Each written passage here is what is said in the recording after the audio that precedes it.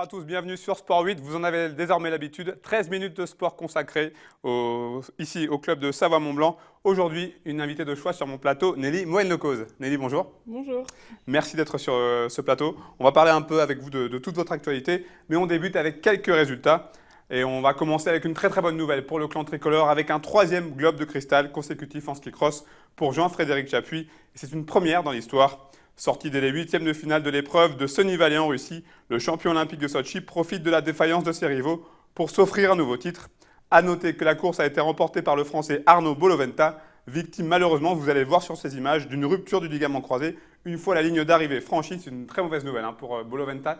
Pas de championnat du monde pour lui. Chez les filles, belle performance d'Ophélie David qui se classe troisième. En ski de boss, là aussi, la Coupe du Monde touche à sa fin. Et deux Français se classent sur le podium de la Coupe du Monde. Chez les hommes, Ben Cavé, qui termine donc deuxième de cette Coupe du Monde. Et chez les femmes, Perrine Lafont, qui a aussi une très très belle deuxième place. Donc voilà, la skieuse française qui s'est inclinée en finale contre Brittany Cox. Nelly, on voit que les Français vont bien avec ces bonnes nouvelles. Un nouveau globe pour Jean-Frédéric Chapuis, une deuxième place pour Ben Cavé et puis Perrine Lafont, ça fait du bien. Ouais, c'est super pour les équipes de France. En plus, j'ai la chance de faire partie du team Caisse d'épargne. Et c'est mes copains de team Caisse d'épargne. Donc ça tombe bien. Je suis un peu les résultats de tout le monde. Et c'est vrai que c'est de bon augure pour nous pour toujours donner la motive, donner la foi, de voir que les copains marchent bien. C'est toujours super intéressant. On a vu les images, la blessure de Arnaud Boloventa, c'est vraiment la faute à pas de chance, là, une fois la ligne passée. Bah là, ouais, pourtant, pour le coup, ils font un sport qui est dangereux, au même titre que tous les sports, mais disons qu'ils prennent un peu des risques, et là, se faire shooter dans la raquette d'arrivée, c'est vrai que c'est pas de peau.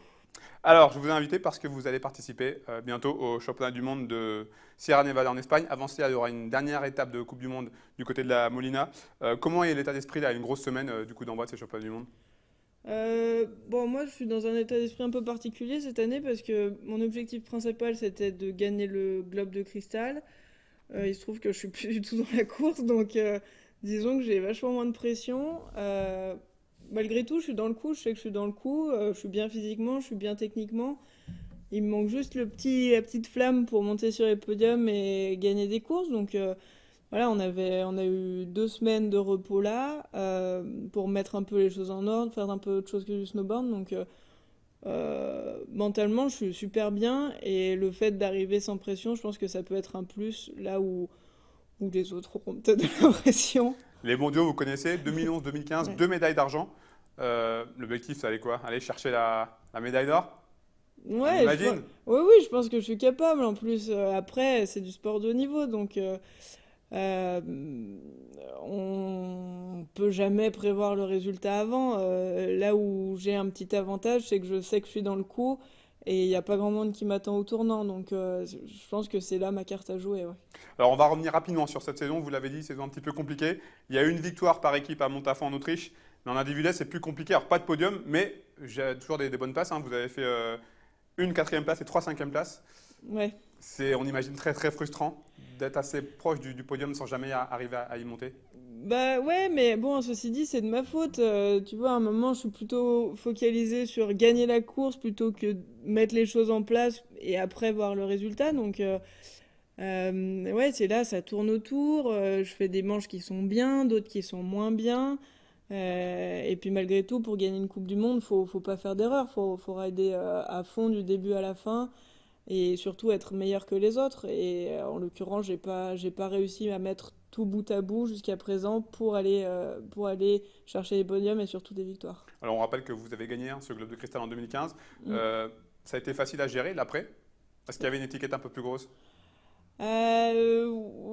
Oui, après, du coup, t'es plus regardé, t'es plus suivi, mais bon, finalement, ma réaction, elle fut bonne parce que en entrée de saison après Globe, je gagne les 2 premières courses, enfin, je gagne 2 courses sur 3.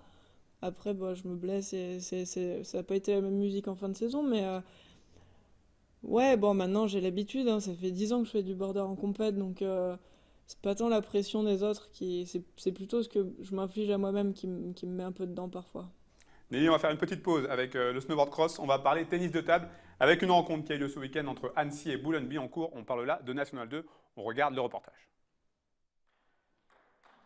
Samedi soir à la salle Sonora, c'était un peu David contre Goliath avec cette rencontre de National 2. entre le promu Annecy Tennis de Table et l'équipe 3 de Boulogne-Billancourt. Le match s'annonçait très compliqué pour les joueurs d'Olivier Leger. Il l'a été, les Franciliens s'imposant au final 8 victoires à 4. Comme un petit peu tous les matchs cette saison, beaucoup de matchs serrés et des belles qui tournent en faveur des adversaires. Mais c'est vrai que sur le papier, ils étaient plus forts. Il manque surtout un peu plus d'entraînement pour tous les joueurs et puis de la niaque. Mais ils en ont eu aujourd'hui, je suis content, mais il en manque un petit peu encore. Cette troisième défaite en 4 rencontres complique encore un peu plus la saison des pongistes annéciens, qui vont devoir lutter jusqu'au bout pour décrocher leur maintien en National 2. Mais malgré tout, l'optimisme reste de mise. Il reste encore 3 matchs. Ça sera des matchs du même acabit, ça sera compliqué, mais on fera tout, on changera peut-être la compo pour arriver à une équipe encore plus forte que ça. C'est déjà une très belle chose d'être monté, en fait on est promu quand même à ce niveau-là, donc avoir fait une phase c'est très bien, et puis, mais le but c'est quand même de se maintenir. Ça sera certes une déception, mais c'est pas une fatalité. Pour Annecy Tennis de Table et ses quelques 200 licenciés, le salut passe avant tout par la formation pour continuer à exister. C'est en tout cas la politique choisie par la nouvelle direction. On a la chance d'avoir cette salle, la salle spécifique où on joue tous les jours, on peut jouer tous les jours. Donc des créneaux personnalisés pour chaque niveau, chaque tranche d'âge. Donc voilà, la possibilité de venir jouer tous les jours. On a un joueur qui a été formé à Annecy, Romain, qui est en équipe 1 et en fait tous les jeunes aspirent à un jour jouer en national, au championnat de France. Prochain match pour les Annéciens, un déplacement compliqué à Lyon dans 2 semaines. Nelly, on va parler un peu plus de vous. Vous êtes donc né le 9 avril 1990 à Annecy, donc une pure au Savoyard. J'ai lu que vous avez choisi le snowboard un peu par hasard. Vous avez commencé par le ski, c'était pas trop ça? Ouais, bah obligatoirement par le ski parce que papa est moniteur de ski au Grand Beau depuis 30 ans. Donc ouais, assez tôt sur les skis. Et après un coup, ouais, j'étais sur les pistes en ski. Je devais être au bout de ma vie comme à chaque fois que je faisais du ski. Et j'ai vu un gamin de mon âge qui faisait du snowboard et il avait l'air de vraiment se marrer. Du coup, j'ai fait des pieds et des mains auprès de papa pour faire du snowboard. Il m'a quand même forcé à passer la 3e étoile et après j'ai eu le droit de faire du snowboard. Ouais. Qu'est-ce qui vous plaît dans cette discipline plus précise du snowboard cross? Bon, je pense que c'est le côté ludique. J'ai besoin de beaucoup m'amuser dans la vie en général et aussi en sport, du coup, vu que c'est quasiment ma vie. Les tracés changent à chaque fois, c'est hyper complet, c'est-à-dire qu'il faut être bon techniquement, il faut être bon en l'air. On ride à plusieurs, donc il y a un côté hyper stratégique, tu te retrouves jamais 2 fois dans la même situation de course. Donc pour l'entraînement, c'est hyper agréable parce que c'est super diversifié. Et en course, il y a 0 routine qui se met en place. Si je dis pas de bêtises, vous avez connu une scolarité assez classique, hein, loin du sport-études. Ouais. Est-ce que c'est quelque chose qui vous sert ou qui vous a desservi dans votre carrière? Le fait d'avoir Bon, j'ai la chance d'avoir quand même des capacités physiques qui se développent bien et je suis assez physique, donc ça va, mais c'est vrai qu'après coup, je regrette un peu de ne pas être allée à Albé en sport-études parce que je pense que j'aurais gagné beaucoup de temps en prep physique. C'est-à-dire que je mettais pas du tout l'accent là-dessus en début de carrière. Mais bon, notre sport devient de plus en plus professionnel aussi, donc maintenant il y a vraiment une boucle. Les jeunes, ils sont pris, ils vont soit à Villars, soit à Albé, direct autour de 15-16 ans. Et là, ils attaquent à faire de la prep physique et ils arrivent prêts en Coupe du Monde, quoi. Moi, je pense que j'ai perdu 1 ou 2 ans à me mettre dans le bain et à découvrir un peu tout ça seul, finalement. Vous l'avez évoqué tout à l'heure en début d'interview, il y a 1 an, une blessure en Russie, traumatisme crânien. Est-ce que ça a changé votre approche de la compétition?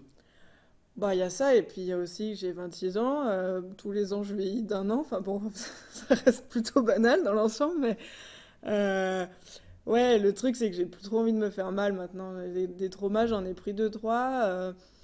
Maintenant, quand on fait de la boxe à l'entraînement pour la prep physique, j'ai mal à la tête. Ouais, j'ai plus trop envie de me mettre des cartons, quoi. Donc, Envie de profiter. bah, de profiter, non, mais de faire les choses un peu mieux, quoi. Disons que s'il faut que je passe des heures en salle de muscu pour arriver un peu costaud sur la saison et éviter de me rouler dans les filets, c'est sûr que j'y vais pas à reculons, quoi.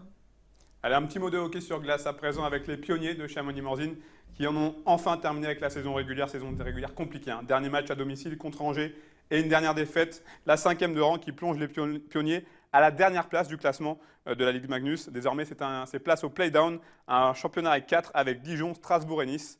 Le dernier de cette poule de maintien sera donc relégué en Division 1, une place qu'occupe actuellement le CMHC. Ça va être donc très très compliqué. Nelly, vous êtes double médaillée sur les X Games, mais pour le moment, pas encore de médaille olympique. L'année prochaine, c'est Pyeongchang qui arrive. On imagine que ça fait aussi partie des objectifs, arriver à briller sur cette Olympiade. Ouais, nécessairement, ouais, nécessairement. C'est vrai que l'année prochaine, ça va être une grosse saison, saison olympique, saison zéro concession. Ouais, non, va falloir être à 100% tout le temps, hein, que ce soit à muscu, même à 110% à l'entraînement tout le temps. On va penser snowboard, vivre snowboard, réfléchir snowboard, dormir snowboard, enfin ça va être snowboard quoi. Donc, ouais, vivons l'année prochaine. L'après-carrière, c'est pas pour tout de suite, hein, je vous rassure tout de suite. C'est quelque chose qui vous fait peur, que vous attendez avec impatience? Avec impatience, non, parce que j'adore ma vie en ce moment. Ça a beau être un peu plus compliqué à chaque année. Disons que mon rythme de vie me plaît, le snowboard me plaît, la vie de sportive de haut niveau me plaît. Donc avec impatience, non. J'ai encore plein de trucs à aller chercher en snowboard, je pense.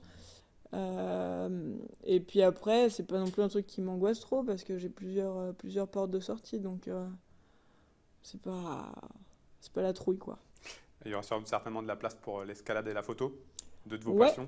ouais, j'aime bien, ouais, j'aime bien. Après, on verra aussi avec la gendarmerie, qui est mon partenaire, enfin mon employeur actuel, on verra. Il y a plusieurs portes de sortie, mais ouais, vraiment, j'aimerais continuer à me concentrer principalement sur le snowboard pour aller chercher les trucs qui manquent à mon palmarès, ouais.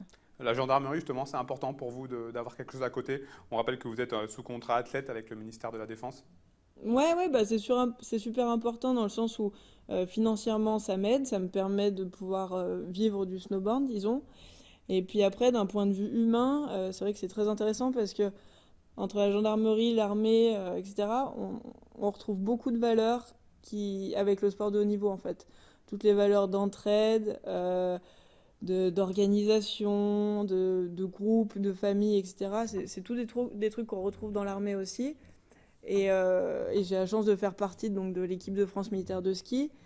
Et une fois toutes les 2 ans, une semaine toutes les 2 ans, on part découvrir un corps d'élite de l'armée. Donc c'est super intéressant parce que bon, on n'est que entre athlètes et du coup ça crée des liens vraiment forts avec cette équipe et de pouvoir découvrir aussi des corps d'élite de l'armée française, il y a une notion de partage qui est très importante. Merci en tout cas Nelly d'être venue sur ce plateau. On vous souhaite bien évidemment bon courage, bonne chance pour ces deux dernières échéances, la Coupe du Monde et les Championnats du Monde. J'espère que tout se passera bien. Merci beaucoup. Voilà, c'est fini pour cette semaine. N'oubliez pas, le replay est disponible dès ce mardi sur notre site internet 8montblanc.fr. Je vous souhaite à tous une très très bonne semaine. Bye bye, bon sport.